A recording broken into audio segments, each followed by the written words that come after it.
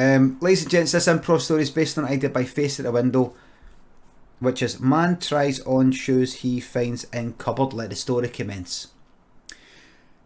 Craig opened his cupboard. He put on a t-shirt,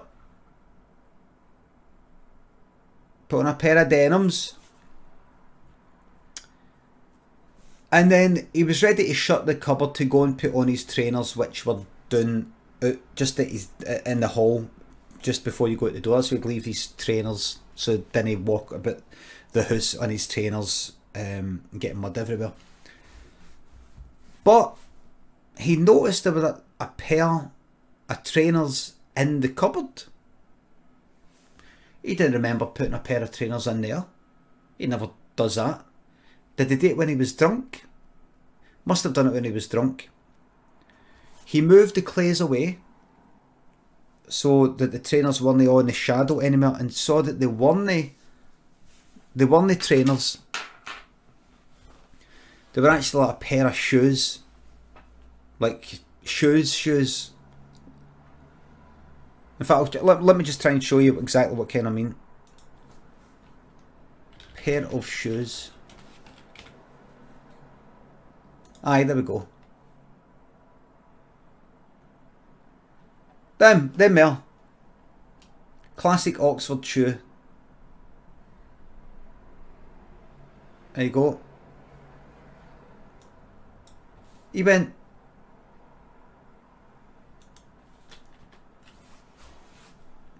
they're no mine.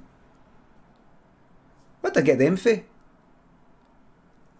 And he was thinking, are they mine? And I kept them for, like, did I wear a suit ages ago and I've just never noticed them. He didn't recognise these shoes at all.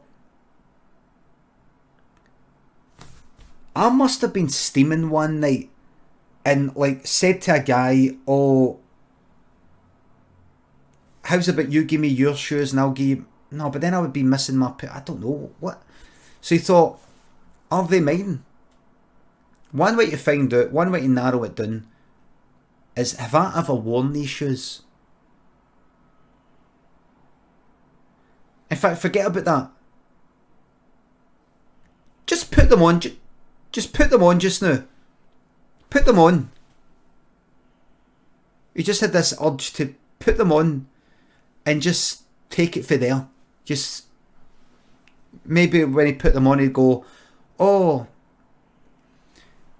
So he took the shoes out, put them on the ground, and put one of them on. He put the right, loosened the laces and put the right one on, pulled it in his right foot. When he put on that right one, it felt good. He tied the laces.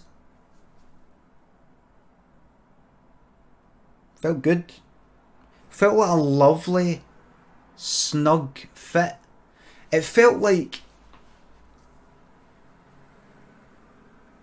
Some people might say, oh, I don't like wearing a suit. I don't like wearing a suit and all that. And then somebody might say, no, but see if you get a good suit, you really feel...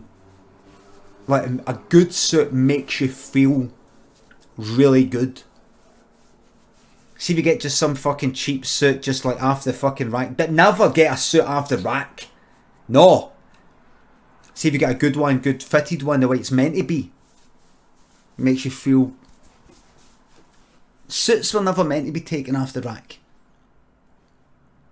Suits are meant to be fitted.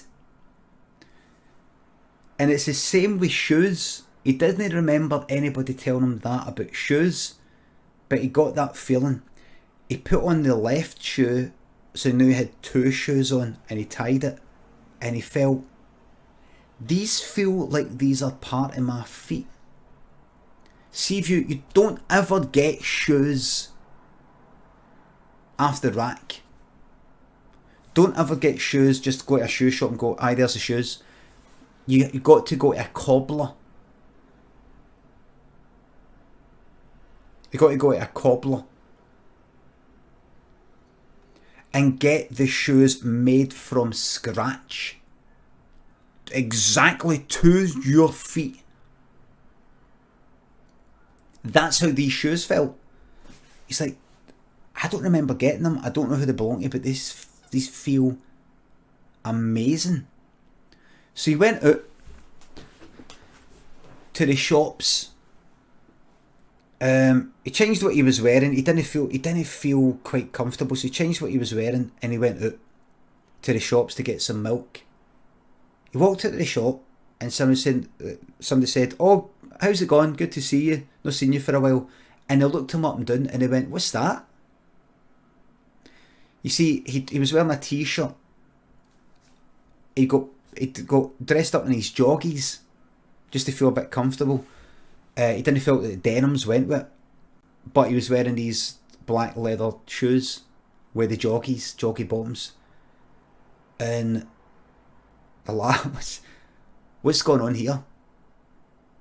He just sort of put them on just to come out. Craig said, No. These, see if you, they do look a bit daft, but honestly, see if you're wearing these, they feel amazing. So the guy said, his pal said, a casual acquaintance said, "Well, let me try them on then." Here, try them on. Honestly, what size are you? 9. I'm a 9. Try them on. This other guy tried them on, right? And he went, "These are fucking good. These are good. These feel like these are a part of me." "That's exactly how I felt," said Craig. "Right, give me them back." "No. Give me them back now." "No, you can have mine. I don't want your trainers. Give me back my shoes." "No. They're mine now." Craig went like that. "I'm going to ask you one more time to give me them back." Just then, this other guy walked in and went, "There they are."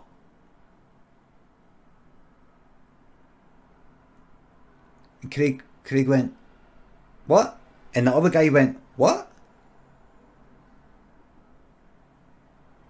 The guy went, "They're my shoes." And Craig went, "No, they're mine." And the guy went, "Do you not remember?" And this guy was actually wearing a suit. "Do you not remember? We swapped shoes. I was out my works night out and we got chatting. And I said, 'These shoes are doing my nutting.' And we swapped them. I had your trainers. You had my shoes. Do you remember? Do you remember? We got the taxi back. That's how we got chatting. We got the taxi back. You jumped out of yours, I jumped out of mine. We shared the taxi. Uber share. Uber pool. Carpool. Do you not remember?" And he looked down and the guy wearing the suit was wearing a pair of trainers. It was his trainers. Adidas Gazelle. And Craig went, "Ah, I fucking remember now.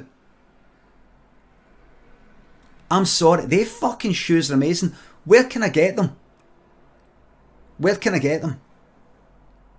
And the guy said, "Well, you've got to get them tailor-made, sort of. You've got to go to a cobbler's. They actually cost me," just then, the other guy who had put on the shoes had a bottle, one of the glass bottles of tomato juice. You know, they fucking like big chunky things that are like that wide. And went like that right on the top of Craig's head, because Craig was facing the door, the shop door. This other guy was further in the shop and Craig was like in the middle. He went like that, bang, right on the top of Craig's head. The whole lot of it just smashed on Craig's head. And see, because of the tomato juice, it looked like fucking blood was everywhere. It looked like Carrie. He looked like Carrie with a pig's blood on her. But it actually was blood as well. The guy in his suit went, "Duh!" and turned around to run away, because he'd never seen a lot of violence. He'd grown up in the kind of posh side of the fucking tracks. The guy went like, "No, you fucking don't." jumped Craig, stamped on Craig's nut, stamped him right mere into the glass, right? Craig was on the deck. The shopkeeper was just like staying out of it.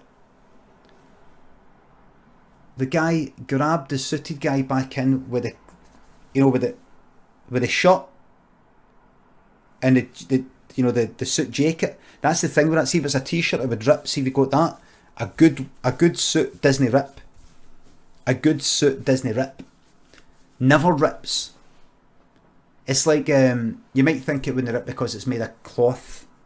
You might think it would rip because it's made of cloth. See a well constructed thing. The angle with the stitching makes it so that it never rips. Like if you look at a cardboard box, if you look at an egg carton, you would think that can't be crushed. That's dead easy to crush. It's just made of cardboard. You can jump up and down on a carton of eggs and it will never break because of the way it's angled and constructed. And it's the same with a suit. The guy just grabbed the suited guy with the neck and fucking yanked him back like that. And grabbed the guy's face, right? And rubbed it right up against Craig's face. As, with the glass and all that, went, here, you want your fucking shoes? You want your shoes? Eat that. It didn't make sense, but that's the guy flipped it. The shopkeeper picked up his till while that guy was holding the other guy down, picked up his till and went like that. Here, catch! And chucked the whole fucking till down towards them, towards their head. But see, because it was plugged in, just before it hit him, it sort of yanked back and pulled the fucking socket right out the wall. And because there's actually a residual, there's a conducer, what would you call it? Capacitor in the tills to make sure that they don't conk out with electricity in case a sail doesn't go through. It retains some electricity. So he got a shock, but that ripped apart. So he got an electric shock, and then he fell down on the guy and the guy with the suit, and they got a shock and that pulled the till down on top of them. There was money everywhere. On top of the tomato juice, and their heads were all fucked. Just then a wee guy came in, and he went, "Scramble!" and took all the money and the shoes. But no, the shoes you think. He took the trainers off the guy in the suit. The wee guy doesn't care about shoes.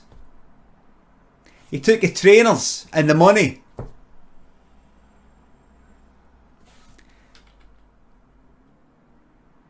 And that's a true story.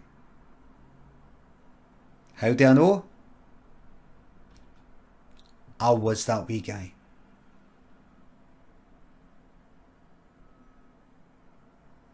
The end.